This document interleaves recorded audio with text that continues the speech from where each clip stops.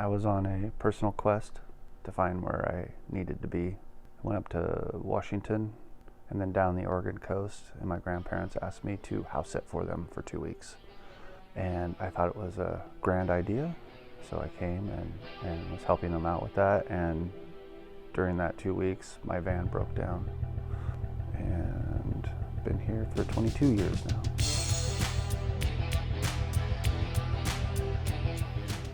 Actually, Summer and I were sitting on the couch talking about what we should call the video store, and all we could think of was how we'd sit on the couch and criticize the movies we were watching. I think part of the idea too was the old guys from the Muppet Show that sit up in the balcony and talk smack the whole time. So the name Couch Critics kind of rolled out, and pretty much we've been going with that ever since. But people constantly call it everything else besides what it actually is. Couch potatoes, couch critters, couch crickets, crotch critics. That was pretty brilliant, actually. Yeah, that would be great. Okay. Yeah, we'll be open just a little bit afternoon. Okay, thank you. Uh-huh. But when I opened it up, you know, there's always a story. Like, people told me I was crazy. Because there was 3 other video stores. There was the one that I worked at for a couple years, which was called Debut Video.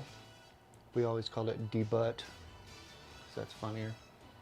And then there was Video Village, and then there was the video department at Ray's. With Elijah's help, we figured out all the stuff that wasn't being represented in town. And we wanted to be different, where when you ask someone for a movie recommendation, the person actually knows what they're talking about. Instead of, I don't know, I just work here. It's completely unacceptable. But I do have extra boxes. These are becoming rare. They're both from Blockbuster, or Cockblocker, or Lackluster, as I used to call them. I outlasted you. So good. Actually, it became quite successful, and all the other video stores eventually closed down. But the nice thing is the dog didn't chew up the discs, so it's not that big of a deal.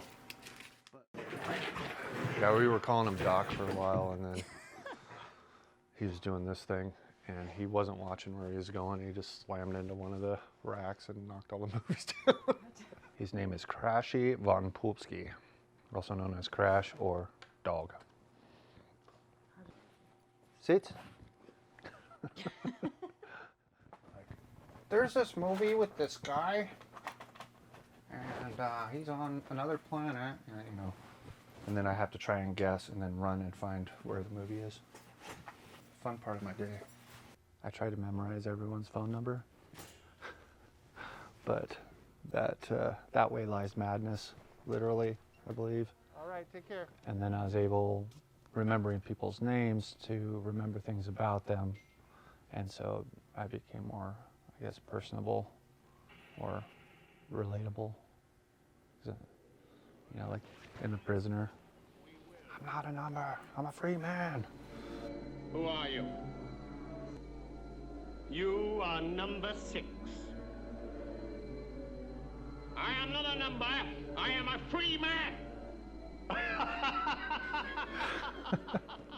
Because you can Google things. That's fine, and it works really well, but there's all kinds of interesting things that come from, as you know, tangents. And you can't tangent with Google. They can offer some suggestions to other things, but it seems sterilized. Something that's missing from that you get from a human interaction. It's proximity alert. That's one of the things that kill you in little digs. He's like, hey James, will you make the Millennium Falcon make noises? Absolutely. Because I was having a tough time letting go of this stuff, because I've been collecting, you know, since I was a kid.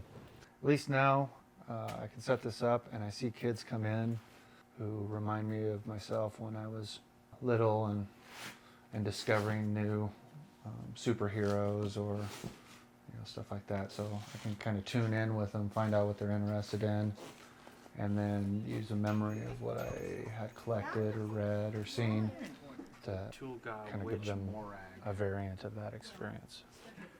It's a witch. Are those gloves tough to pick things up with? Yeah. This no. That's one of my favorite parts too. Can you put that on for a second? Can I put this on for a second? Is it on right? Yeah. Oops. But if you press this, then it changes your voice. Does my voice sound different now? Oh, No. not yet. Underestimate the power of the dark side.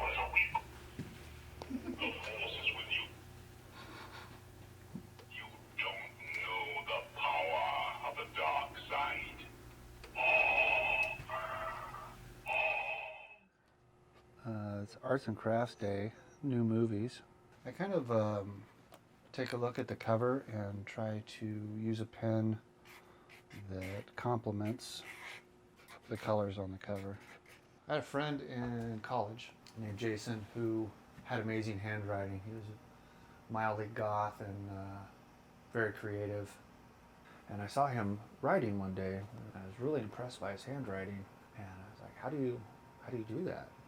And he just said, I just make sure that every letter that I write is its own little personal work of art. And then you put them together and it makes it even better piece of art. I'm like, wow. So I kind of took that philosophy and just kept practicing.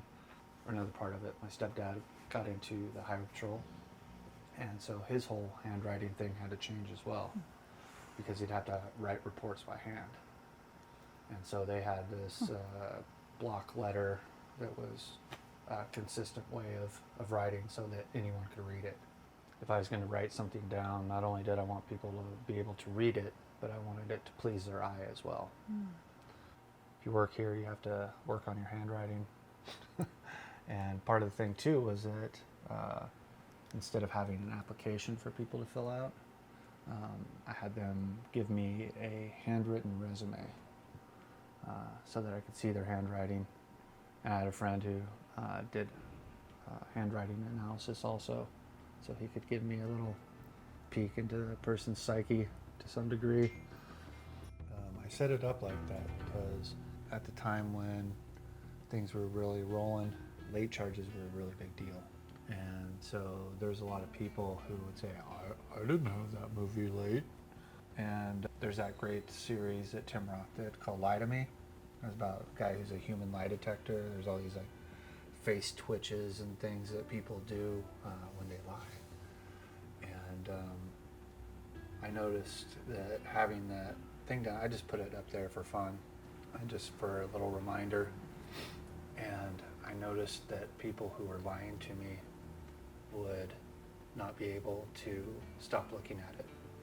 Their eyes kept going down to the thing that said tell the truth, like their brain was short-circuiting that they were lying. It's the very first episode of all time. I was hired by the Vets Club, a local bar, to start running a karaoke night for them. It was super squirrely. Every time people would dance, the song would skip. You know, I think we did it for about 7 or 8 years. Karaoke, as far as I remember, means without tune but with heart. I love singing Black Sabbath and the Bangles in the style of Tom Waits.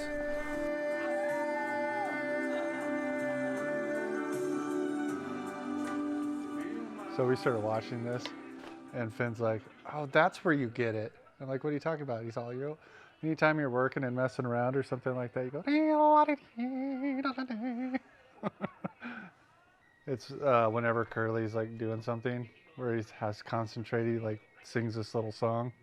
There's the bad guys of World War II. You can't send out their radio signal because Curly screwed up the place.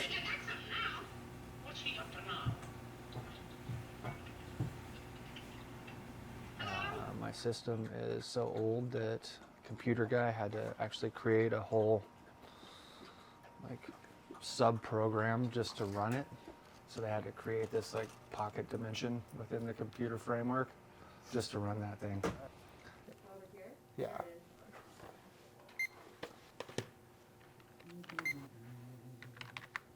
And I can help you right here. Tell you about Pathfinder? Well, Pathfinder is a role-playing game, tabletop as they say, and it is a variant of Dungeons and Dragons, which I started playing seriously in 1988. You get together with your friends with paper and pencil and dice. Each player is a character within the story. Storyteller gives you the setting, controls all the non-player characters, and is equal parts divinity and referee. But just hanging out and drinking beer or sitting and watching a movie, there's a certain disconnect. And I like to be more engaged with my friends so that we're doing something together. Seems to be something that people can really get into to express themselves. I also like that you, as a storyteller, can go back to the old style of storytelling where you interact with the people of your village or the people of your town and you see what they're going through, and then you can put those kinds of lessons and those kinds of scenarios into the game and help them work it out. In a way, it's become therapy of some sort as well. But that's what my friends all tease me about, drinking. So of course someone would give me Hagar the Horrible, the Viking. Do you have a cure for a hangover? The guy's like, well, quit drinking. He's like, no, I mean it. Is there a cure? Which I can relate to some degree. No gray in the sideburns.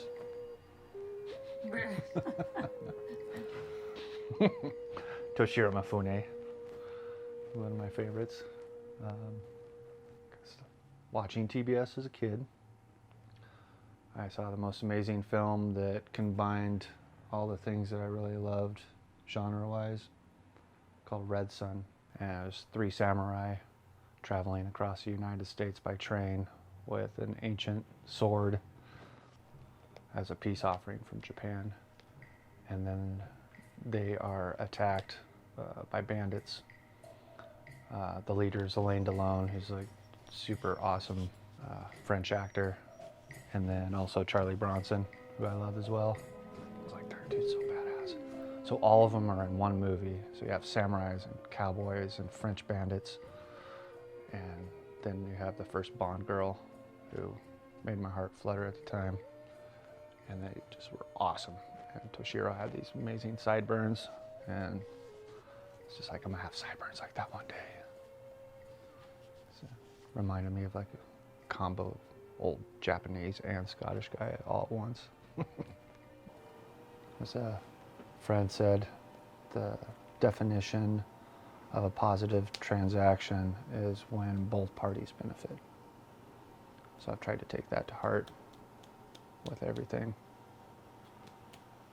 And now that there's not a whole lot of video stores and people have all kinds of other options, this has actually become quite a nice place because people who are jerks realize that they're not really welcome and we don't need it. Here's the phone. right when I turned it up.